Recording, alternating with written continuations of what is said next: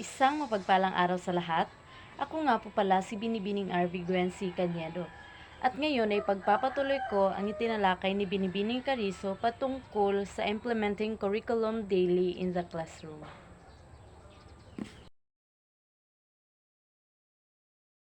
Procedure or methods and strategies. This is the crux of curriculum implementation. How a teacher will put to the intended outcomes and the subject matter to be used depends too on this component. Kapag sinabi nating cracks, ito yung pinaka-importanteng issue o bagay na kung saan ay hindi dapat mawala kapag ikaw ay nagsasagawa ng curriculum.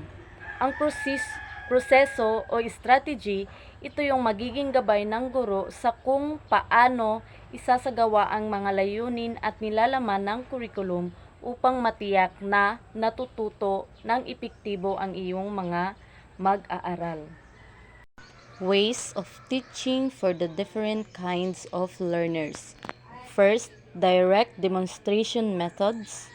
Second, cooperative learning approaches. Third, deductive or inductive approaches.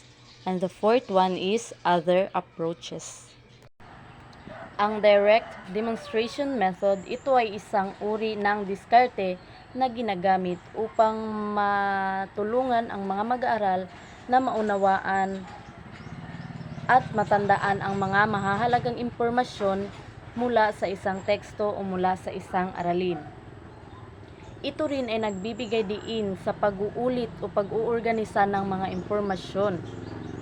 Halimbawa na lamang dito ay yung discovery approach, PBL o yung problem-based learning. Dito sa problem-based learning ay binibigyan ng guro ang mga mag-aaral ng mga problema na kinakailangang masolusyonan nila gamit ang kanilang critical thinking skills.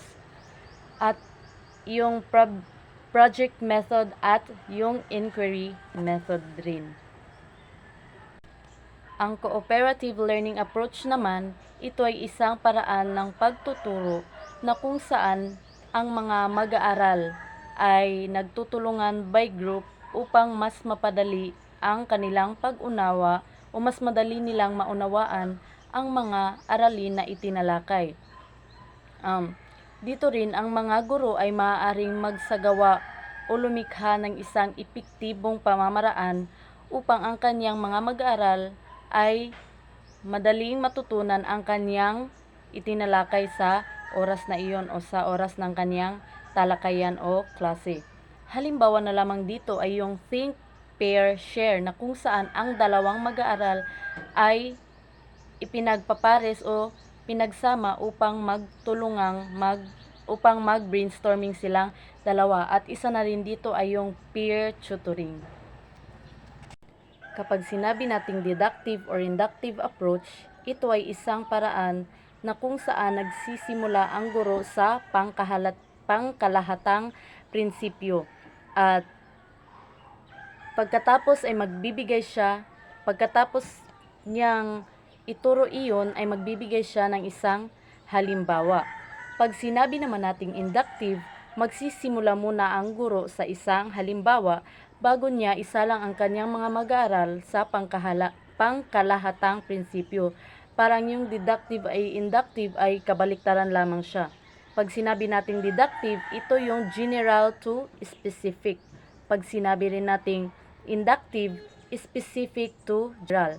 Halimbawa rito, isa na rin sa halimbawa nito ay ang project method.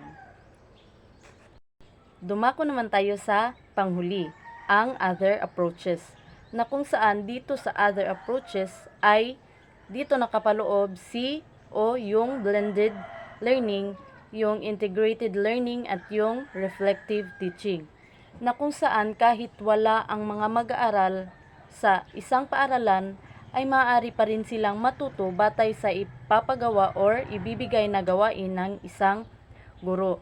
Parang sinusukat dito kung gaano kalawak o gaano kalalim ang kaalaman ng isang mag-aaral, kasi mas parang tinuturuan din nila ang kanilang sarili, parang sila yung guro sa kanilang sarili, dahil nga kahit wala sila sa paaralan ay maaari pa rin silang matuto sa pamamagitan ng pagtuturo nila sa kanilang sarili kung paano nila masolusyonan ang problemang iyon.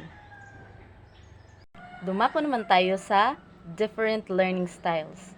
There are many different learning styles, but we will just focus on 3 styles: the auditory, the visual, and kinesthetic.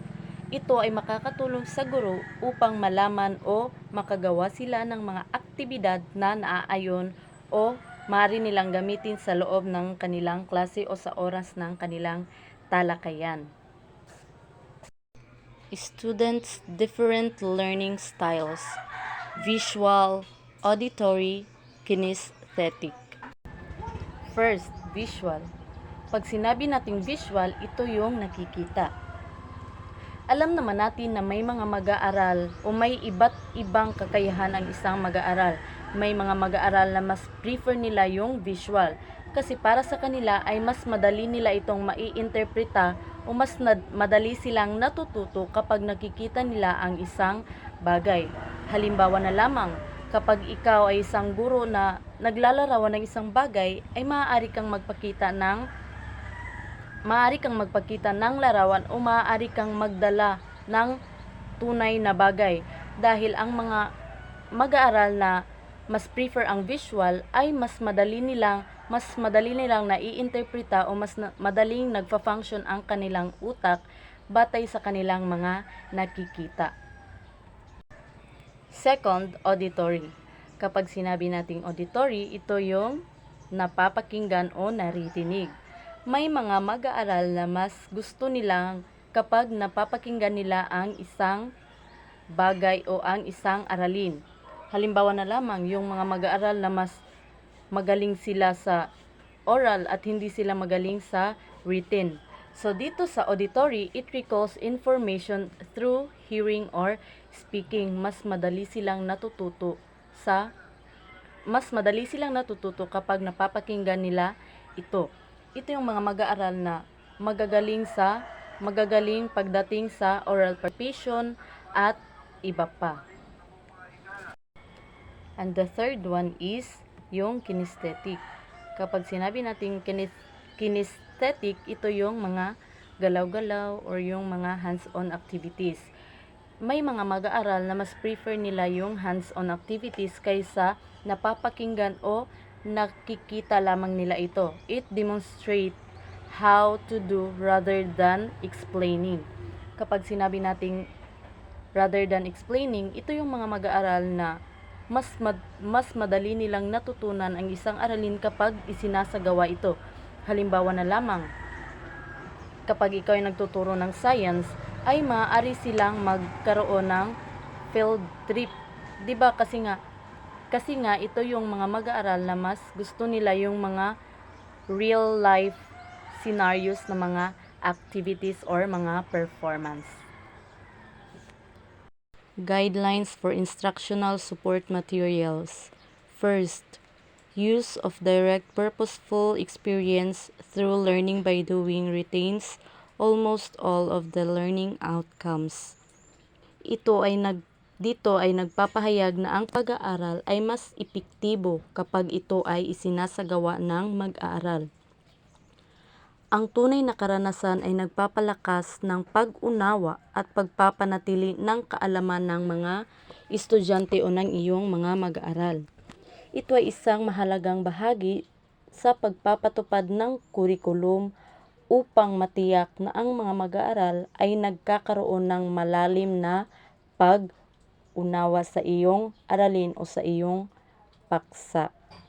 Ikalawa, participation in class activities, discussion, reporting, and similar activities where learners have the opportunity to say a right. Ito ay tumutukoy sa mga activities na nagbibigay sa mga mag-aaral ng pagkakataon na maging aktibo sa kanilang pag-aaral at mapaunlad ang kanilang kasanayan. Third, passive participation as in watching a movie, viewing exhibit, and or watching demonstration. Dito, Kapag sinabi nating passive participation, ito ang mga mag-aaral o yung mga mag-aaral ay isang receiver o tagatanggap lamang at wala siyang aktibong ginagawa upang makaunawa sa isang aralin. Ang mga mag-aaral din ay tumatanggap lamang ng impormasyon at hindi sila aktibong nakikilahok dito. Fourth, by just looking at still pictures, paintings, illustration, and drawings. Dito, ito ay nangangahulugan ng isang particular na paraan ng pag-aaral na maaaring kapaki-pakinabang o nakakatulong sa mga mag-aaral. Ngunit ating tandaan na ito ay may limitasyon lamang. Fifth, by hearing as in lecture, sermon, monologue. Ipinapahiwatig dito na may mga tao o may mga mag-aaral na mas madaling natututo through a combination of learning styles. Ngunit, yung iba ay may malakas talagang preferensya o may stronger preference for auditory learning. Last, reading will ensure 10% remembering of the material. Ibig sabihin, kapag ikaw ay nagbabasa, ay kailangan mo itong ulit-ulitin upang mas matandaan at maunawaan mo pa ito.